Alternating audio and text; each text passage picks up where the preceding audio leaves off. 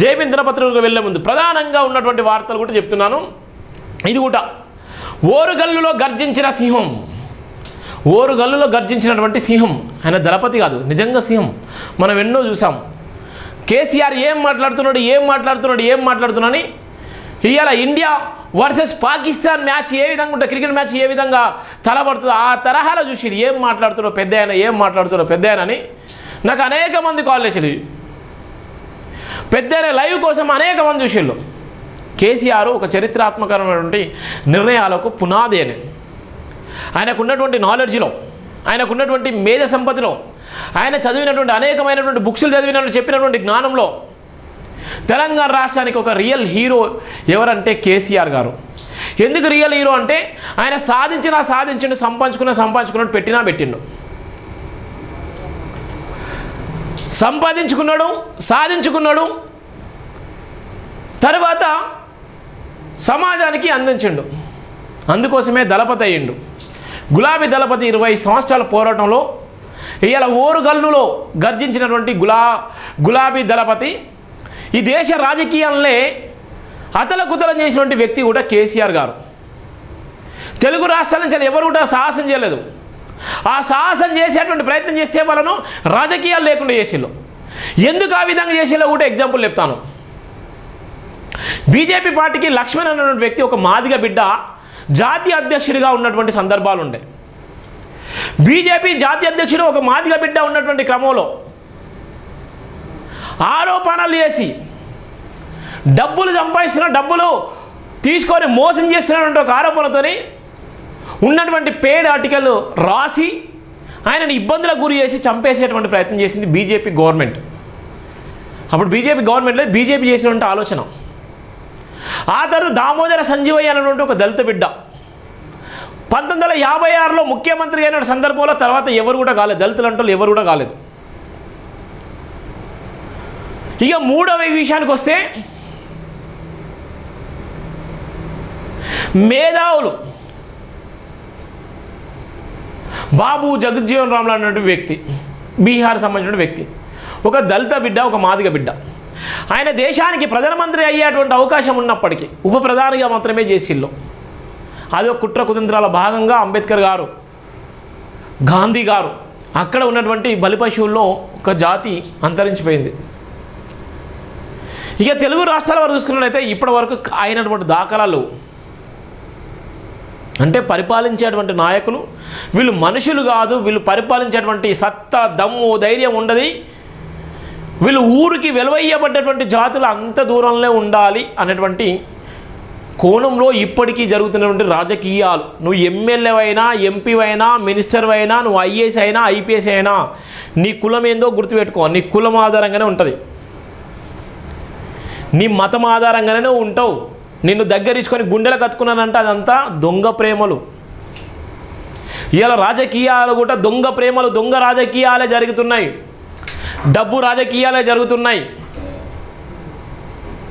భయంకరమైనటువంటి రాజకీయాలు జరుగుతున్నాయి. దయచేసి సంఘటితం కావాలన్నటువంటి నేపథ్యం చెప్తున్నాను. అందుకోసమే ప్రధానంగా ఉన్నటువంటి నేపథ్యం ఓరుగల్లులో గర్జించినటువంటి గులాబీ దళపతి రజతోత్సవ సభతో రాజులేని పోరాటం, దివ్యాంగులను మోసగించారు, సిగ్గు అనిపించడం లేదా?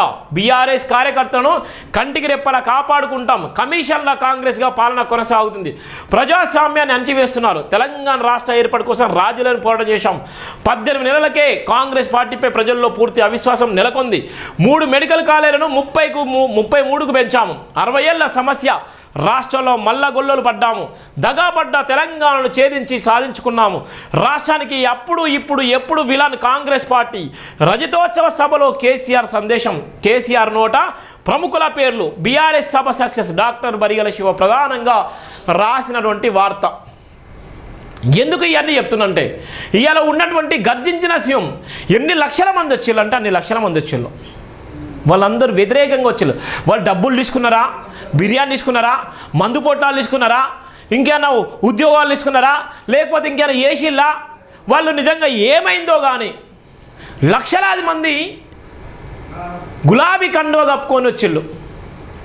అంటే ఎంత వ్యతిరేకత ఉంటే రావాలి 18 నెలలలో, కాంగ్రెస్ పార్టీ మీద ఎంత వ్యతిరేకత ఉంటే రావాలి, ఎంత ఇబ్బంది ఉంటే రావాలి. ఎంత అవమానం ఉంటే రావాలి?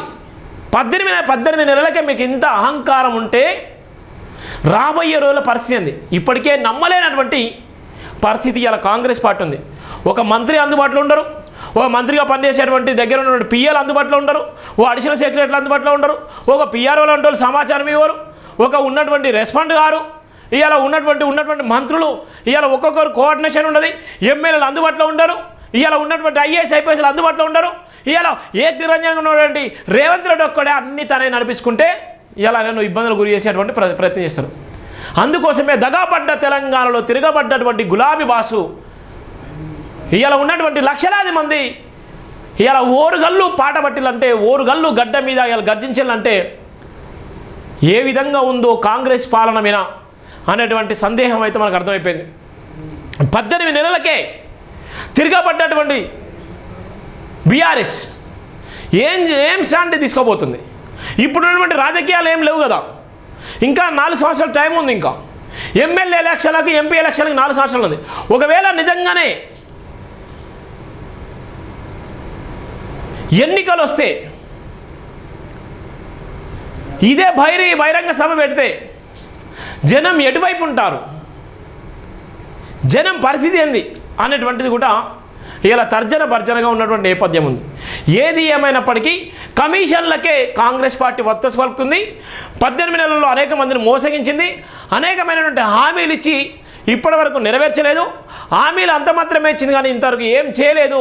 ఇవాళ ఉద్యోగస్తులు కూడా బాధపడుతున్నారు. ఇవాళ డిఎల్ లేవు, ఏది లేదు అన్నటువంటి నేపథ్యంలో ఉంది. ఎవరైతే మొరపెట్టుకొని ఎవరైతే గెలిస్తే బాగుంటుందో అని చెప్పినటువంటి వ్యక్తులున్నారో వాళ్ళందరూ కూడా ఇవాళ ఇబ్బందులు పడుతున్నారు, వాళ్ళందరూ కూడా అవమానపడుతున్నారు, వాళ్ళందరూ కూడా ఈరోజు ఎక్కడేసిన గొంగడి అక్కడే ఉంది అనేటువంటి నేపథ్యం ఉందంటే ఇది కాంగ్రెస్ పాలన. అందుకోసమే బీఆర్ఎస్ కార్యకర్తని కంటికి రెప్పలా కాపాడుకుంటాను అని ఆయన శపథం చేసిండు. ఇవాళ భరోసా ఇచ్చిండు. ఇవాళ రజతోత్సవ సభలో అనేకమైనటువంటి వాగ్దానాలు వేసిండు. అది కదా స్పిరిట్ అంటే. ఇదే రేవంత్ రెడ్డి ఏం చేస్తున్నాడు, ఏం మాట్లాడుతున్నాడంటే ఇవాళ మిస్గైడ్ చేస్తున్నారు. కష్టపడి సాధించుకున్నటువంటి బంగారు తెలంగాణ అని చెప్పిన నేపథ్యం బంగారం లేదు, తెలంగాణ లేదు. ఇవాళ కుల రాజకీయాలకు మాత్రమే తెలంగాణ బలైపోతున్న నేపథ్యం కూడా